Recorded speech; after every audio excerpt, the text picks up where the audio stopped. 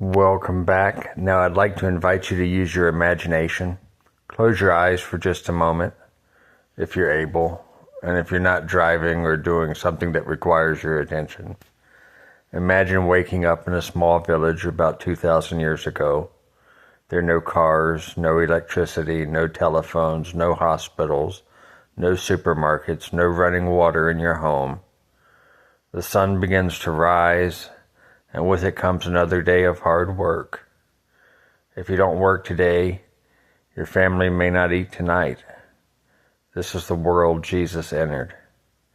And I think one of the greatest mistakes we can make is imagining Jesus as though he lived in the 21st century. He didn't. He lived in a world very different from ours. Yet in many ways, the hopes and fears of the people around him were surprisingly familiar. The Gospels tell us that Jesus grew up in Nazareth. Today, it's a bustling city. In Jesus' day, it was probably a tiny agricultural village. Most scholars estimate that only a few hundred people lived there. Imagine a place where everybody knows everybody else, where families have known one another for generations, where news travels quickly, where your neighbors know your parents, your grandparents, and probably your great-grandparents. That's the environment in which Jesus grew up. He wasn't raised in a palace. He wasn't raised among political elites. He came from an ordinary village filled with ordinary people. And this might sound obvious, but it's incredibly important. Jesus was Jewish. He wasn't born a Christian. Christianity didn't exist yet. Jesus worshiped in the synagogue. He celebrated Jewish festivals. He prayed Jewish prayers. He knew the Hebrew scriptures. He lived within the rich tradition of his people. And sometimes people mistakenly picture Jesus as starting a brand new religion from scratch. And historically speaking, Jesus lived and taught within Judaism. His debates were family conversations among Jewish people, wrestling with how best to live faithfully under difficult circumstances. And understanding that helps us avoid misunderstanding both Jesus and Judaism. It also reminds us that Christianity's roots are deeply connected to the faith of Israel. Now let's talk about politics. The land where Jesus lived wasn't independent. It was occupied by the Roman Empire. Imagine what that felt like. Foreign soldiers patrolled your streets. Taxes were collected for a distant emperor. Political decisions were often made by people who didn't understand or care much about your culture. Many ordinary people lived with constant economic pressure. Some farmers lost their land because they couldn't pay taxes. Others became day laborers. Still others fell deeply into debt. For many people, life was a daily struggle. This context helps us understand why so many people longed for God to act. They prayed for justice. They prayed for freedom. They prayed for hope.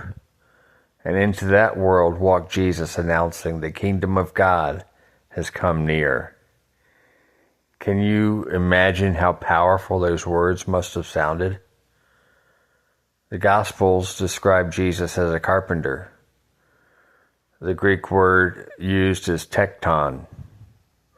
It can refer to someone who worked with wood, stone, or other building materials. In other words, Jesus was probably more like a skilled construction worker than what we might picture as a furniture maker. Think about that. Jesus knew what it meant to work with his hands.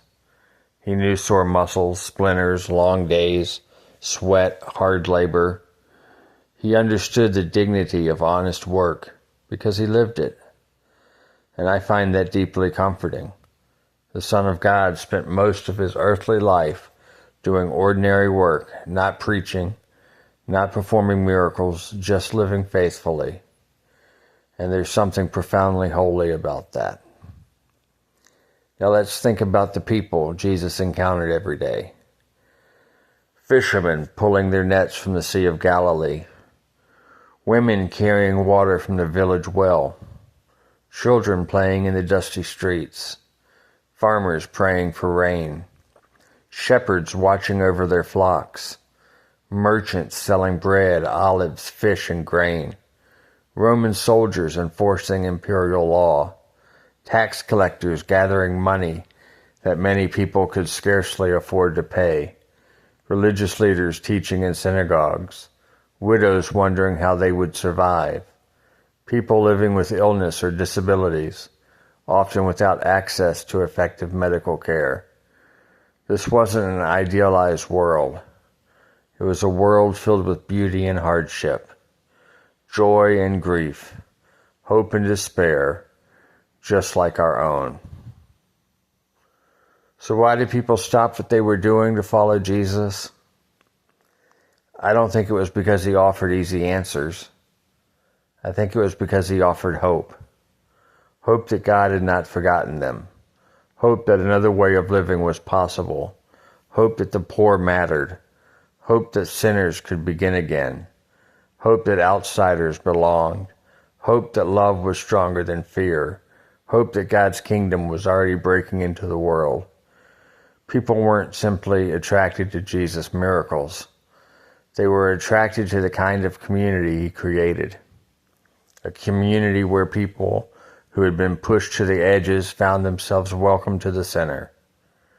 One of the things we'll notice throughout our study of the Gospels is how often Jesus is eating with people. In our culture, sharing a meal is often casual. In the ancient world, it carried deep social meaning. You didn't simply eat with anyone. Sharing a table communicated acceptance, friendship, trust, belonging. And that's why Jesus' meals caused such controversy. He welcomed people others considered unworthy, tax collectors, sinners, the poor, those who had been excluded. And every shared meal became a living picture of God's kingdom.